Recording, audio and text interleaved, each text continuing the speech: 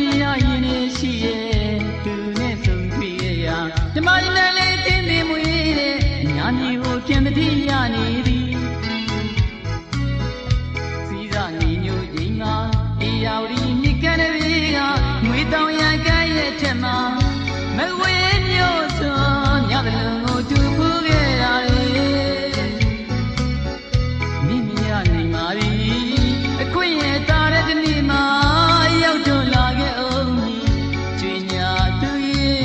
ကိုလာရဲ့ကြိုးမလာလို့ဒီအမတရားရင်နဲ့ရှိရဲ့သူနဲ့ဆုံးတွေ့ရ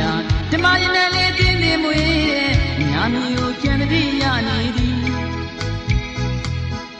စီးကနေမျိုးဒီမှာဒီရောက်ဒီမိကန်တွေကငွေတောင်ရန်ကဲရဲ့ချက်မှာမကွေ